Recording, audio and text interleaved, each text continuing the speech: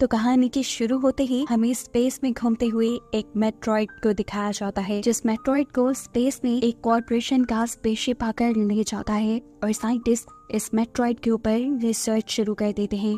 और रिसर्च के दौरान साइंटिस्ट को मालूम हुआ कि इस मेट्रॉइड के अंदर एक फेसहगर था, जिसे एलियन का एग भी कहा जा सकता है, जो कि इंसान या किसी भी जानदार के अंदर जाकर एलियन को जन्म देता है। सीन कट होकर हमें रेन नामी एक लड़की से मिलवाया जाता है, जो कि किसी दूसरे प्लेनेट पर अपने भाई के साथ रहती है। उसका भाई, जिसका नाम एंडी है, वो कोई इंसान नहीं बल्कि एक एंड्रॉइड रोबोट है, जिसे रेन के डैड ने बनाया था रेन का ख्याल रखने के लिए। मालूम होता है कि रेन अपने प्लेनेट को छोड़कर एक दूसरे प्लेनेट पर जाना चाहती है, क्योंकि उनके प्लेनेट से सूरज दिखाई नहीं देता था और वो सूरज को देखना चाहती थी। और जाने के लिए उन्हें चाहिए थी एक टिकट, जो इन्हें तब मिलती जब ये अपने 12,000 वर्किंग आवर्स पूरे कर लेते। रेन एंडी के साथ मिलकर अपने वर्किंग आवर्स पूरे कर लेती है और जब टिकट लेने के लिए जाती है तो उसे पता चलता है कि अब रूल्स चेंज हो चुके हैं। पहले जो टिकट 12,000 घंटे काम करने के बाद मिलता था, अब वो टिकट 24,000 घंटे काम करने के बाद मिलना था। रेन भी सुनकर दुखी हो गई, क्योंकि वो हर सूरत दूसरे प्लेनेट पर जाना चाहती थी। फिर वो अब अपनी दोस्त के घर जाती है, जहाँ उसका दोस्त, जिसका नाम टाइलर है, वो उसे बताता है कि उसने स्पेस में एक टूटे हुए स्पेसशिप को देखा है, जिस स्पेसशिप के अंदर बहुत सारे ड्राईपोर्ट चैम्बर हैं, जिनके जरिए वो बहुत ही आसानी से किसी दूसरे प्लेनेट पर जा सकते हैं। इस तरह दूसरे प्लेनेट पर जाने के लिए उन्हें किसी टिकट की भी जरूरत नहीं पड़ेगी। लेकिन एक प्रॉब्लम थी, इन सारे चैम्बर्स को खोलने के लिए उनको एक रोबोट की जरूरत थी। ये सब लोग मिलकर रेन से रिक्वेस्ट करते हैं, अगर तुम हमारी मदद करो तो हम सब यहाँ से निकल सकते हैं, बस हमें तुम्हारे रोबोट एंडी की जरूरत है। मैं वादा करता हूँ उसे कोई नुकसान नहीं होगा। अब क्योंकि रेन भी जानती थी कि इस प्लेनेट को छोड़ने का इससे अच्छा कोई और रास्ता नहीं है, इसलिए वो बाकी सबकी मदद को मान जाती है। तो फिर बस ये लोग एक प्लान बनाते हैं और अपने स्पेसक्राफ्ट में बैठकर स्पेस की तरफ निकल जाते हैं। स्पेस में जाने के बाद इन्हें पता चलता है कि जिस स्पेस स्टेशन के पीछे ये लोग जा रहे थे उसके 2 पार्ट्स थे, एक का नाम रेमस था और दूसरे का नाम रेमुलस। और सबसे बुरी बात ये थी कि रेमुलस अब तबाह होने वाला था, वो भी सिर्फ 37 मिनट के अंदर। ये सुनकर सभी डर जाते हैं, लेकिन टाइगर सबको हौसला देता है और कहता है कि वो लोग सिर्फ 30 मिनट में ही अपना काम खत्म करके वापस आ जाएंगे। ये कहने के बाद टाइलर एंडी और अपने एक और पार्टनर को लेकर रेमुलस के अंदर चला जाता है और बाकी इनकी ग्रुप की 3 लड़कियां रेमस में बैठकर उन्हें देख रही थी। एंडी रेमुलस के सिस्टम को खोल सकता था। एंडी के रेमुलस को खोलने के बाद ये लोग अंदर जाते हैं और ये देखकर वो हैरान थे कि रेमुलस का एक हिस्सा ऐसे तबाह हुआ था जैसे वो मेल्ट हो गया हो, और यहाँ पर आधा मेल्ट हुआ रोबोट भी पड़ा था। खैर, अभी इन सब पे ध्यान देने का वक्त नहीं था। ये लोग आगे जाकर ड्राई पोर्ट्स को ढूंढते हैं, जो इन्हें मिल भी गए। लेकिन बुरी बात ये थी कि इनके अंदर ज्यादा फ्यूल नहीं था, इसीलिए अब ये लोग स्पेस स्टेशन के अंदर फ्यूल को ढूंढने लगे। सभी ड्राई पोर्ट्स में सिर्फ 3 साल के लिए फ्यूल था और इन्हें दूसरे प्लेनेट पर जाने के लिए 9 साल के लिए फ्यूल चाहिए था। फ्यूल को ढूंढते ढूंढते ये तीनों एक ऐसे चैम्बर में आ गए जहाँ पर एलियन के एग्स यानी फेस हगर्स को फ्रीज करके रखा गया था। ये फेस हगर्स इंसानों के मुंह के साथ चिपक जाते थे और फिर इंसानों के जरिए एलियंस पैदा होते थे। ये देखकर ये सब लोग डर जाते हैं और यहाँ से बाहर निकलने की कोशिश करते हैं, लेकिन अफसोस ये अब इस चैम्बर का दरवाजा बंद हो चुका है। और इससे भी बड़ी मुसीबत की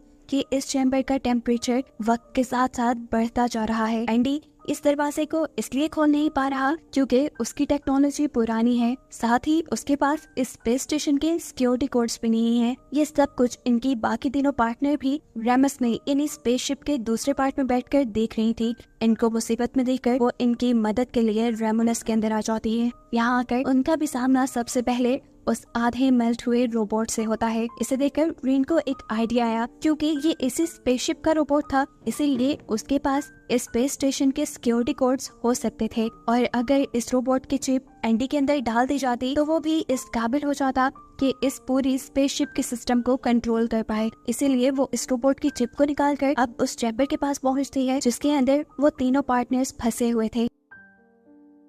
दरवाजे में बने हुए एक होल से वो ये चिप एंडी को पकड़ाती है। एंडी ये चिप अपने अंदर लगा लेता है और फौरन ही रीबूट होना शुरू हो जाता है। जितनी देर में एंडी का सिस्टम अपडेट हो रहा था, इतनी ही देर में इस चैम्बर का टेम्परेचर इतना ज्यादा बढ़ चुका था कि अब फेस हगर्स भी मेल्ट होने लगे थे, जिन्हें पहले यहाँ पर फ्रीज करके रखा गया था। बर्फ के मेल्ट होते ही फेस हगर्स आजाद हो जाते हैं। सिस्टम अपडेट होते ही एंडी ये चैम्बर खोल लेता है और ये लोग जल्दी से बाहर निकल जाते हैं। और इससे पहले कि ये लोग इस चैम्बर को दोबारा बंद कर देते, उस चैम्बर में से एक फेस अगर जंप करके इनकी एक साथी के ऊपर हमला कर चुका था। उसने पूरी तरह इनके साथी के फेस को कवर कर लिया था, जिससे जान छुड़वाने के लिए रीन को यहाँ एक आइडिया आता है। वो यहाँ एक फ्रीजिंग गन से इस फेस अगर की टेल को फ्रीज कर देती है, जिसके बाद फाइनली ये लोग उसके मुंह से इस फेस अगर को निकालने में कामयाब हो गए। लेकिन इन्हें ये मालूम नहीं हो पाया कि उस फेस हगर ने इस लड़की के मुंह में कुछ इंजेक्ट कर दिया था। अभी ये लोग इसी मुसीबत से निकले ही थे कि एकदम से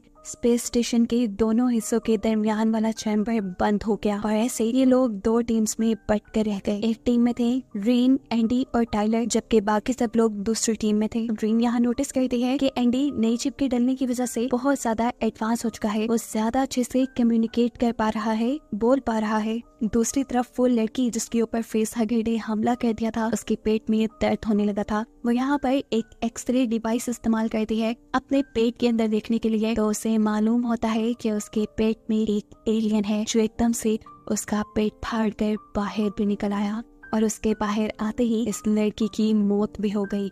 ये सब कुछ रे, टाइलर और एंडी भी देख रहे थे। इससे पहले कि ये लोग कुछ कर पाते, दूसरे लोगों के पास एक फ्यूल टैंक भी ब्लास्ट हो गया, जिससे रोमस यानी स्पेस स्टेशन के उस हिस्से में आग लग गई। यानी अब टाइलर और रीन के उन दोनों साथियों की जान खतरे में थी, जिन्हें ये लोग बचाने का फैसला करते हैं। लेकिन ये काम इतना भी आसान नहीं था। इन्हें बचाने के लिए इन तीनों को उस चैम्बर से भी गुजर कर जाना था जिसमें फेस हगर्स थे, यानी ऐसे इनकी अपनी जान को भी खतरा हो सकता था। लेकिन ये लोग हाथ बांध कर भी नहीं बैठ सकते थे। ये लोग कुछ सोचने के बाद एक प्लान बनाते हैं। रीन ये बात जानती थी कि ये फेस हगर्स इंसानों की बॉडी टेम्परेचर और शोर की वजह से उन्हें डिटेक्ट कर पाते हैं। ये लोग वैसे उन्हें देख या पहचान नहीं सकते, सो इसीलिए इन्होंने फैसला किया कि ये लोग चैम्बर का टेम्परेचर इंसानों के टेम्परेचर के मुताबिक कर देंगे, जिससे इंसानों का अंदर होना इन्हें पता नहीं चलेगा और बिना शोर किए ये लोग आगे बढ़ जाएंगे। और इसी प्लान के मुताबिक ये लोग आगे बढ़ने लगते हैं। दूसरी तरफ रोमस में उन दोनों बहन भाइयों को दिखाया जाता है।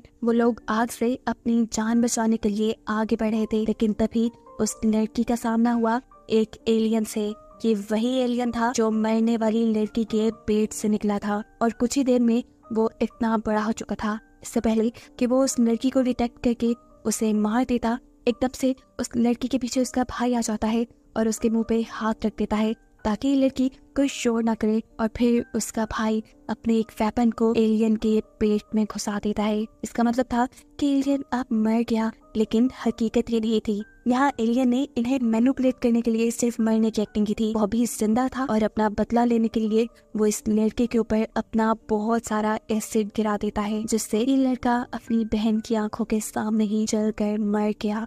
देखकर वो लड़की बहुत सारा डर चुकी थी। अपनी जान बचाने के लिए वो चैम्बर की डोर की तरफ भागती है, लेकिन चैम्बर का दरवाजा बंद था। खौफ में उसने चैम्बर का दरवाजा खड़काना शुरू कर दिया, ये बात जाने बगैर कि ये एलियन शोर से ही अट्रैक्ट होते थे। उसकी आवाजें सुनकर एलियन भी उसका पीछा करना शुरू कर देता है, जबकि दूसरे चैम्बर में मौजूद टाइलर और रेन भी उसकी आवाजें सुन पा रहे थे। उसकी चीखने चिल्लाने की आवाजें सुनकर टाइलर भी बुरी तरह डिस्ट्रैक्ट हो गया और चलते हुए उससे शोर हो गया। ऐसे बहुत से फेसहगर्स उनकी तरफ अट्रैक्ट हो गए। इन सब की जान खतरे में थी, लेकिन यहाँ पर एंडी इन दोनों की मदद करता है और इन दोनों को ही वक्त रहते उस चैम्बर से बाहर निकाल कर फेसहगर्स से बचा लेता है। फाइनली अब ये लोग दूसरे चैम्बर में आ गए थे जहाँ ये लोग सेफ थे। इस चैम्बर का दरवाजा स्पेसशिप के दूसरे हिस्से के साथ भी मिल रहा था, जहाँ पर वो दूसरी लड़की मुश्किल में थी। उसके पीछे एलियन पड़ा हुआ था। वो लड़की जोर जोर से इनके चैम्बर का दरवाजा खड़काती है, लेकिन एंडी ये दरवाजा नहीं खोलता। यानी एंडी उसकी मदद नहीं करता, क्योंकि अब उसका मकसद इंसानों की हिफाजत करना नहीं रहा था, क्योंकि उसके अंदर की चिप रीन ने स्पेस स्टेशन के रोबोट की चिप के साथ बदल दी थी। इसीलिए अब उसका असल मकसद था इस स्पेसशिप को बचाना। और क्योंकि स्पेस स्टेशन के दूसरे हिस्से में एलियन था, इसीलिए उसने ये दरवाजा नहीं खोला कि कहीं एलियन स्पेसशिप के इस हिस्से में भी आकर तबाही न मचा दे। रीन एंडी को कहती रह जाती है, दरवाजा खोलो, वो खतरे में है। लेकिन एंडी उसकी एक बात नहीं सुनता और सामने दूसरे चैम्बर के अंदर इनकी आंखों के सामने ही एलियन उस लड़की पे हमला करके खत्म कर देता है। उसकी मौत रीन को पागल कर चुकी थी। उस समय वो एंडी के मुंह पे थप्पड़ मारती है और कहती है, तुम पहले जैसे नहीं रहे, तुम बदल गए हो, संग दिल हो गए हो। खैर एंडी खुद ज्यादा रिएक्ट नहीं करता और रेन और दूसरे साथी को लेकर इसी स्पेस स्टेशन में मौजूद एक लैब में आता है, जहाँ साइंटिस्ट ने बहुत सारे एक्सपेरिमेंट करके एक ऐसा लिक्विड बनाया था जिसकी मदद से किसी भी इंसान की किसी भी बीमारी को ठीक किया जा सकता था। यहाँ तक कि वो इंसान जो बिल्कुल मरने के करीब था उसको भी जिंदगी दी जा सकती थी। रेन यहाँ पर एक वीडियो भी देखती है जिसमें उनकी इस लिक्विड का डेमो दिया गया था। एक बीमार माउस यानी एक बीमार चूहे के अंदर जैसे ही इस लिक्विड को इंजेक्ट किया गया तो एक ही सेकंड में वो दोबारा पहले जैसा सेहतमंद हो गया और चलने लगा। वे लैब में इन्हें कुछ ऐसे वेपन्स भी मिलते हैं जिसके जरिए एलियंस को मारा जा सकता था। इन्हीं वेपन्स को लेकर ये लोग इस लैब से बाहर आ जाते हैं और लैब के अंदर दोबारा मॉनिटर स्क्रीन पर हमें उसी चूहे को दिखाया जाता है जो पहले बिल्कुल ठीक हो गया था। एकदम से उसकी बॉडी फट गई, जिसका मतलब था कि वो लिक्विड पूरी तरह सेफ नहीं, उसका एक बहुत बुरा साइड इफेक्ट भी है। वेपन्स लेकर ये लोग भी स्पेसशिप के ऐसे हिस्से में पहुंचे थे जो हिस्सा बिल्कुल किसी केव की तरह लग रहा था। असल में ये केव नहीं था, ये भी एक चैम्बर ही था जिसकी दीवारों के चारों तरफ बड़े बड़े एलियंस सो रहे थे। इनसे बचने के लिए ये लोग खामोशी से आगे बढ़ने लगे, लेकिन अचानक टाइलर को अपनी साथी की आवाज आई, उसी साथी की जिस पर एलियन ने हमला करके उसे मारा था। असल में वो अभी पूरी तरह मरी नहीं थी और एलियन उसे उठाकर यहाँ ले आया था। ये लोग उसकी मदद करने के लिए वापस पीछे जाते हैं और किसी तरह उसे एलियन से छुड़वा लेते हैं। उसकी हालत बहुत ज्यादा खराब थी, वो किसी भी वक्त मर सकती थी। इसीलिए यहाँ टाइलर इस लड़की को लैब से उठाई हुई मेडिसिन को इस्तेमाल करने को कहता है। इनकी बातों के शोर से यहाँ पर एलियंस अट्रैक्ट हो जाते हैं और उनमें से एक एलियन टाइलर और एंडी के ऊपर हमला भी कर देता है। ये देखते हुए तेजी से रीन अपनी दूसरी साथी को एक एलिवेटर में छोड़ देती है और फिर एंडी को बचाने के लिए जाती है, क्योंकि एलियन के हमले की वजह से टाइलर तो अब मर चुका था। रेन एंडी को पकड़कर उसके सर से वो चिप उतार देती है जो इस स्पेसशिप के रोबोट की उसने एंडी के अंदर डाली थी। ये चिप निकलते ही एंडी बिल्कुल पहले जैसा हो जाता है। अभी उसने ये किया ही था कि इतने में बहुत से एलियंस ने उनके ऊपर हमला कर दिया। इससे पहले कि इस हमले में रेन या एंडी को कोई नुकसान होता, रेन यहाँ पर अपना दिमाग चलाते हुए इस स्पेसशिप की आर्टिफिशियल ग्रेविटी को खत्म कर देती है और ये सब एलियंस हवा में उड़ने लग जाती है। जिसके बाद रेन अपना वेपन उठाती है और एलियंस के ऊपर हमला करना शुरू कर देती है। उसके इस हमले से काफी सारे एलियंस मारे जा चुके थे, लेकिन फिर बदकिस्मती से उसके हाथ से उसका वेपन छूट गया और ऐसे एक एलियन बहुत करीब आ गया उसके। वो उसे बिल्कुल मारने ही वाला था, लेकिन वक्त रहते ही एंडी ने उस एलियन के ऊपर हमला करके उसे मार दिया और अपनी ड्यूटी पूरी की, रेन को बचाने की ड्यूटी। दूसरी तरफ एलिवेटर के अंदर हमें उस लड़की को दिखाया जाता है जिसके ऊपर एलियन ने हमला किया था। उसे बहुत ज्यादा दर्द हो रहा था, इसीलिए वो टाइलर का दिया हुआ वो इंजेक्शन जो साइंटिस्ट ने लैब में तैयार किया था वो खुद के अंदर इंजेक्ट कर लेती है। इसके लगाते ही उसकी हालत काफी ठीक हो गई। इतने में ही यहाँ पर ग्रीन और एंडी भी आ जाते हैं। अब रेमुलस इन स्पेस स्टेशन के इस हिस्से के तबाह होने में सिर्फ 7 मिनट रह गए थे। बिना वक्त ज़ाया किए ग्रीन एंडी और उस लड़की को लेकर ट्राइपॉड्स की तरफ जाते हैं और जल्दी से उन दोनों को ट्राइपॉड्स में लिटाकर खुद भी वो ट्राइपॉड में लेटने वाली थी, लेकिन तभी उसने अपनी साथी की चीखें सुनी। उसने अपनी साथी का ट्राइपॉड खोल दिया और हमें देखने को मिला कि उस लड़की के पास एक अजीब सी क्रिएचर पैदा हुई। ग्रीन जल्दी से इसे उठाकर तबाह करने ही वाली थी, लेकिन तभी स्पेसशिप के अलार्म बजने लगे, जिसका मतलब था कि अब कुछ ही देर में रोमुलस यानी स्पेस स्टेशन का ये हिस्सा तबाह हो जाएगा। अपनी जान बचाने के लिए रेन स्पेस स्टेशन के कंट्रोल पैनल तक जाती है और वहाँ कुछ चेंजेस करती है ताकि इस स्पेस के तबाह होने में थोड़ा वक्त और लग जाए, इन्हें यहाँ से बचकर जाने में थोड़ा वक्त और मिल जाए। अभी वो ये सब करके वापस से लौटी तो उसने देखा कि वो क्रिएचर जो अभी उसकी साथी ने पैदा किया था, यानी वो एलियन, वो बहुत बड़ा हो चुका था और उसकी साथी पे ही हमला कर रहा था। रेन जल्दी से उसके ऊपर हमला करती है और फौरन खुद पीछे की तरफ जाकर एक स्पेस सूट पहन लेती है। स्पेस सूट पहनकर उसने अपने आप को स्पेसशिप के साथ बांध लिया और जैसे ही उसने देखा कि एलियन उसके ऊपर हमला करने वाला है तो उसने खुद स्पेस स्टेशन के अंदर से जंप कर दी। एलियन ने भी उसके ऊपर हमला करने के लिए स्पेस में जंप की तो वो स्पेस में ही फंस गया और क्योंकि खुद रेन ने स्पेस सूट पहन रखा था, उसकी मदद से वो स्पेस स्टेशन के अंदर वापस आ गई, जिसका मतलब था कि अब रेन और एंडी ही जिंदा बच पाए थे। एंडी को उसने पहले ही ट्राइपॉड में लिटा दिया था और अब वो खुद भी ट्राइपॉड में लेट जाती है और फाइनली ये दोनों निकल जाते हैं एक दूसरे प्लेनेट के लिए, जिन्हें दिखाते हुए ये कहानी यहाँ खत्म हो जाती है।